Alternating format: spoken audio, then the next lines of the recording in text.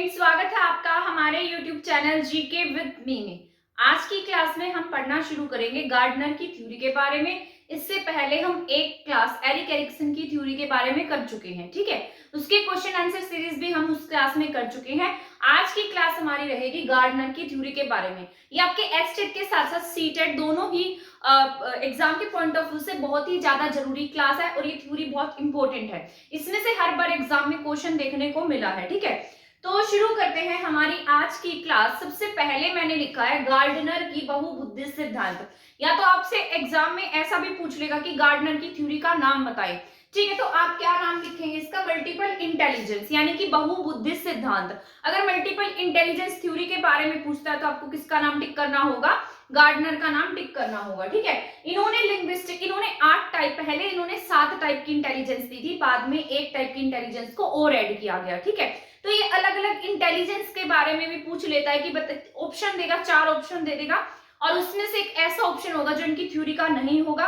तो इस तरीके से भी पूछ लेता है, ठीक है। तो आपको ये सभी याद रखने हैं। तो इन्होंने एक बुक लिखी थी 1986 में जिसका नाम था फ्रेम्स ऑफ माइंड, यानी कि माइंड को फ्रेम करना। फ्रेम्स ऑफ माइंड नाम की इनकी बुक थी, वो इन्होंने पब्लिश कब हुई थी? 1986 में आई थी, ठीक है। उसमें इन्होंने बताया था कि हर इंसान में किसी न किसी तरीके की क्या पाई जाती है, मतलब थिंकिंग होती है, बुद्धि पाई जाती है ना।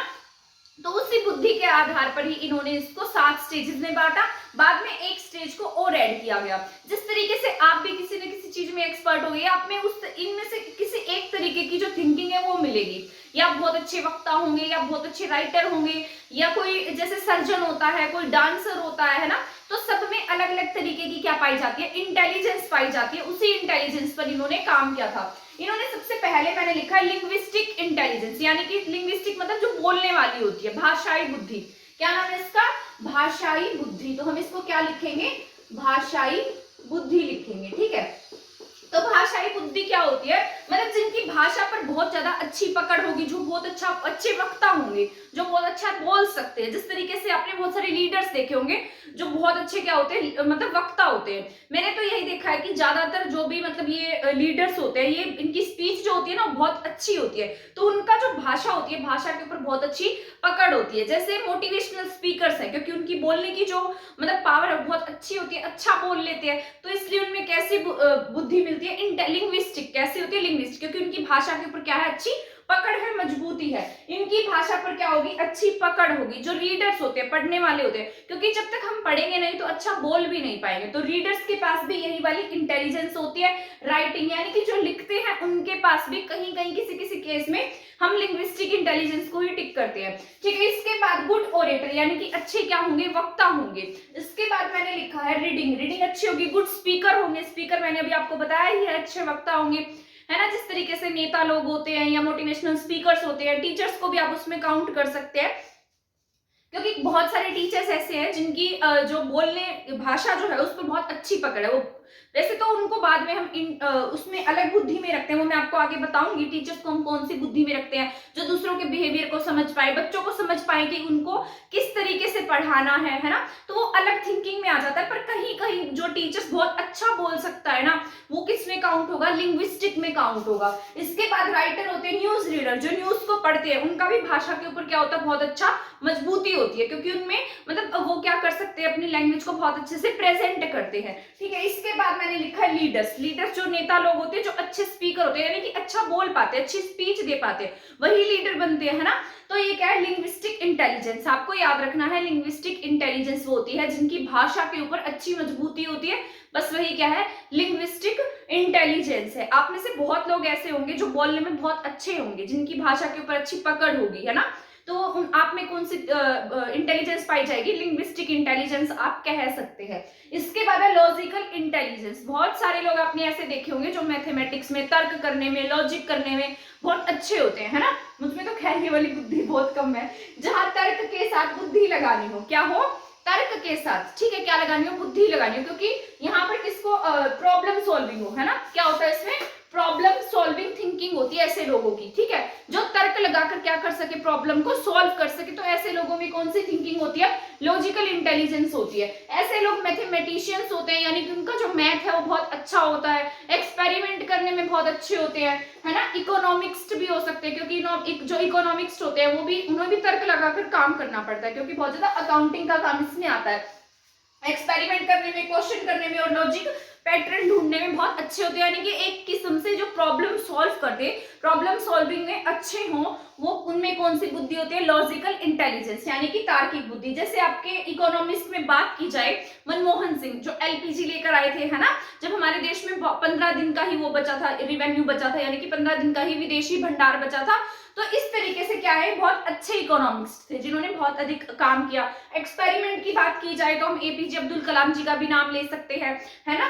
मैथमेटिशियंस जैसे आर्यभट्टा का नाम भी हम इसमें काउंट कर सकते हैं। तो लॉजिकल इंटेलिजेंस जिसमें प्रॉब्लम सॉल्विंग थिंकिंग अच्छी होती है, वो क्या होती है, लॉजिकल इंटेलिजेंस उनकी अच्छी होती है, ठीक है। तो इसमें हम इन्हें काउंट करेंगे। लिंग्विस्टिक के एग्जाम्पल की बात की जाए तो आप अपने नरेंद्र मोदी जी को ले सकते हैं, क्योंकि बहुत अच्छी स्पीच देते हैं वो, है ना।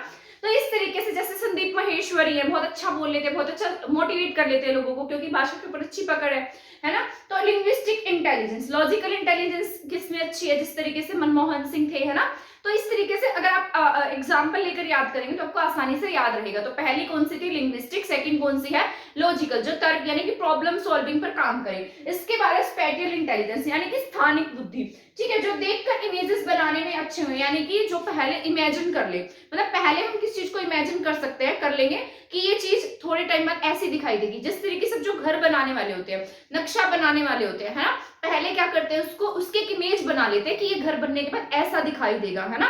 जिस तरीके से पेंट करने वाले होते हैं, उनसे भी पूछा जाए कि यहाँ पर को, तो पहले अपने दिमाग में इमेज बना लेते हैं कि ऐसा पेंट करने के बाद घर ऐसा दिखाई देगा।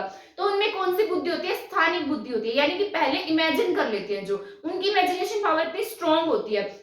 तो उसमें कैसी बुद्धि होती है, स्पेटियल इंटेलिजेंस, यानी कि स्थानिक बुद्धि होती है, जो देखकर इमेजेस बनाने में अच्छे होंगे। जो मूर्तिकार होते हैं वो क्या करते हैं, पहले अपने दिमाग में इमेज बनाते हैं, है ना, तभी तो अच्छी जो मूर्ति है वो बना पाएंगे। स्कल्प्टर होते हैं ये, भवन निर्माण यानी आर्किटेक्चर हो गए, जो भवन बनाते हैं, कार्टोग्राफर हो गए जो मैप बनाते हैं, और इंटीरियर डेकोरेटर भी इसी में आते हैं, क्योंकि पहले इमेजिन कर लेते हैं कि अगर हम ऐसा डेकोरेट करेंगे तो घर ऐसा दिखाई देगा। या जो शादियों में कुछ भी डेकोरेट करते तो पहले इमेजिन करते हैं कि मतलब ऐसा होगा। जिस तरीके से जो मेहंदी लगाते हैं वो भी तो पहले इमेजिन करते हैं कि लगाने के बाद ऐसी दिखाई देगी। तो ये सभी किस में आते हैं, आपके स्थानिक बुद्धि होती है इनकी। कैसी बुद्धि होती है, स्थानिक, यानी कि स्पेटियल इंटेलिजेंस होती है इनमें, जो देखकर इमेज बना ले, ठीक है। इसमें आर्किटेक्चर आ जाते हैं, कार्टोग्राफर आ जाते हैं, ठीक है, भवन निर्माण आर्किटेक्चर आ जाते हैं। तो ये सब किस में आते हैं, स्पेटियल इंटेलिजेंस में। इसके बाद है म्यूजिकल इंटेलिजेंस, यानी कि संगीतीय बुद्धि क्या होती है, ठीक है। म्यूजिक रिदम, जो म्यूजिक की रिदम्स में अच्छे हो, म्यूजिक गाने में अच्छे हो, बजाने में अच्छे हो।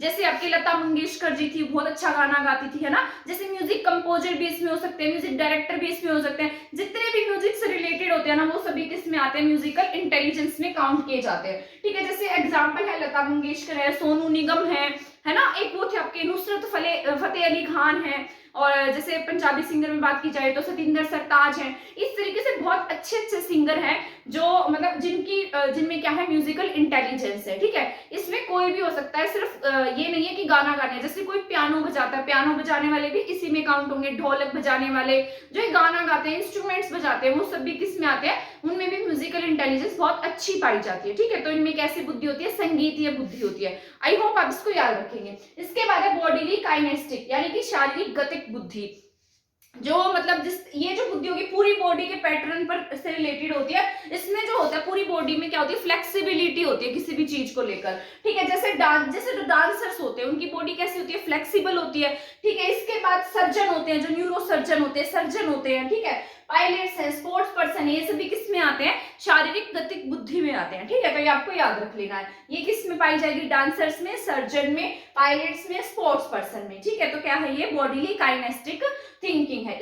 मैंने कहा इंटरपर्सनल इंटेलिजेंस, इंटरा नहीं है, इंटरपर्सनल है, आपको याद रखना, अंतर व्यक्तिक, क्या नाम है इसका, अंतरव्यक्तिक, नेक्स्ट वाला इससे अलग आएगा, उसमें कंफ्यूज नहीं होना है। ये कौन सी थिंकिंग है? इंटरपर्सनल। इंटर मतलब क्या होता है कि जो सामने वाले के बिहेवियर को समझ ले, जिसको ये पता लग जाए कि सामने वाला किस तरीके से सोच रहा है, हम सामने वाले को अपनी बात किस तरीके से समझा सकते हैं, सामने वाले के बिहेवियर को पढ़ लेना, ये सब किस में आता है? इंटरपर्सनल में आता है। ठीक है, जो सामने वाले को देखकर उसके व्यवहार का पता लगा ले, तो क्या आता है उसमें? वो उसमें कौन सी थिंकिंग होती है? इंटरपर्सनल होती है। ठीक है, इसमें मतलब जो सामने वाले की थिंकिंग, फीलिंग्स, व्यवहार को देखते ही समझ जाए। जैसे साइकोलॉजिस्ट होते हैं, कोई भी मान लीजिए किसी को किसी तरीके की कोई तकलीफ है, तो किसके पास जाएगा? साइकोलॉजिस्ट के पास। साइकोलॉजिस्ट इस बात का अंदाजा लगा लेते हैं। ठीक है, तो ऐसी थिंकिंग किस में मिलती है? साइकोलॉजिस्ट में मिलती है। जिस तरीके से आप ये लगा सकते हैं मतलब नेता लोग हो गए, है ना, नेता को हम इसी में रखते हैं क्योंकि वो क्या करते हैं? दूसरों के व्यवहार को समझ लेते हैं, किसको किस तरीके से